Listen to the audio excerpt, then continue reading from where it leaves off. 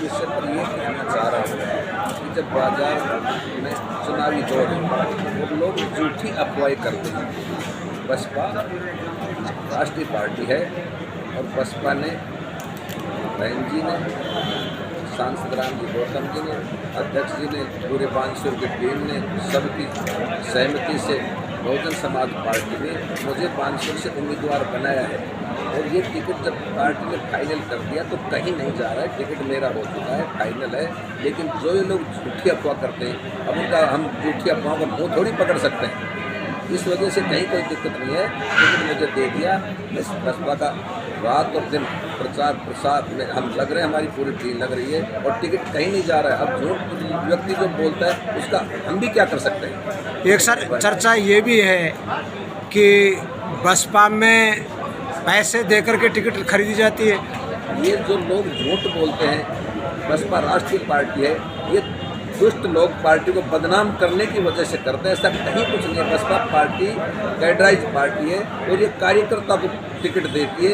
इसमें इससे ज़्यादा ईमानदार पार्टी मुझे तो शायद कहीं नहीं लग रही है। मैं 1 साल से रात और दिन बसपा का सिपाही हूँ, मैंने ज्वाइन की जब से आज तक, शायद ऐसा कहीं नहीं है। जो लोग कहते हैं वो झूठ बोलते हैं। बसपा आज मेरे जैसे साधारण कार्यकर्ता पर विश्वास करके टिकट दिया है। ये पैसे का लेन देन कहीं कोई बसपा में नहीं है। ये जो लोग कहते हैं झूठी अफवाह करके बदनाम करने का काम करते हैं, लेकिन ऐसा नहीं है। एक सर जैसे कि एक बाज़ार में चर्चा ये भी है कि न्यायालय द्वारा आपको सज़ा सुना दी गई है तो आप चुनाव नहीं लड़ पाएंगे, तो ये लोगों की चर्चा झूठी है या सही है? ये भी चर्चा झूठी है। देश जिंदगी में व्यक्ति जब राजनीति करता है तो कहीं ना कहीं होती है, गड़बड़ भी होती है, लेकिन वो खत्म होगा, राजीनामा होगा, केस होगा, सब खत्म हो गए, कहीं कोई लफड़ा नहीं है। व्यक्ति कहते हैं ना, जब ड्राइवर गाड़ी चलाए तो गाड़ी दौची में भी पड़ेगी, गाड़ी कहीं एक्सीडेंट भी होगी, लेकिन चलाने वाला व्यक्ति सावधान है कैसे चला रहा है। जो व्यक्ति ने कभी गाड़ी चलाई नहीं, वो गाड़ी में बैठ करके कह रहा है दौची लग गई, अब बैठने वाले का क्या करो, ड्राइवर का दोस्त बता रहे मैं राजनीति कर रहा हूँ, चुनाव लड़ रहा हूँ। मैं तो बहुत चुनाव लड़े, कहीं कोई दिक्कत नहीं है। सब झूठी अफवाहें लोग आपस में करते हैं तो उनका कोई जवाब नहीं। झूठिया सूचनाओं का हम क्या जवाब दे सकते हैं। सर केस था, वो फैसला हो गया, कहीं कोई दिक्कत नहीं। सर आप नॉमिनेशन कितनी तारीख को कर रहे हैं? नॉमिनेशन का भी मेरा मुहूर्त निकला नहीं है। मैं मुहूर्त निकलवा करके और फिर मैं आपको बताऊंगा मैं कितनी तारीख को नॉमिनेशन करूंगा। तो क्या उससे पूर्व आप कोई सभा करने जा रहे हैं? एक 25 तारीख की मेरी कार्यकर्ताओं की मीटिंग मैं कर रहा हूँ मूर्तिदेव महाविद्यालय में।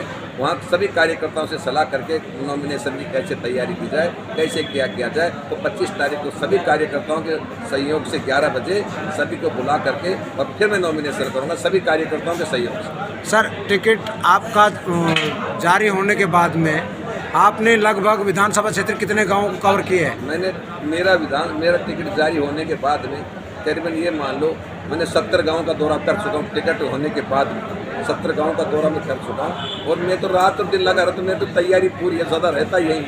आज सुबह शाम 24 घंटे इस तैयारी में लगा रहता हूँ, मुझे तो दूसरा कोई काम नहीं। तो सर आप कैसा महसूस कर रहे हैं आपकी बार?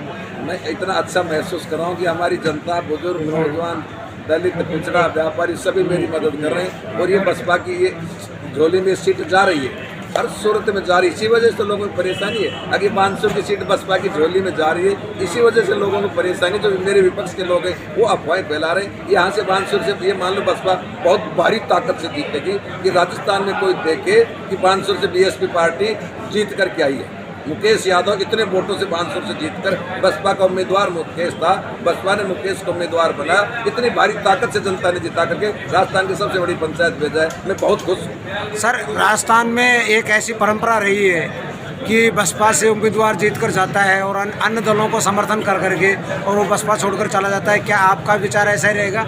मैं कैडराइज व्यक्ति हूँ।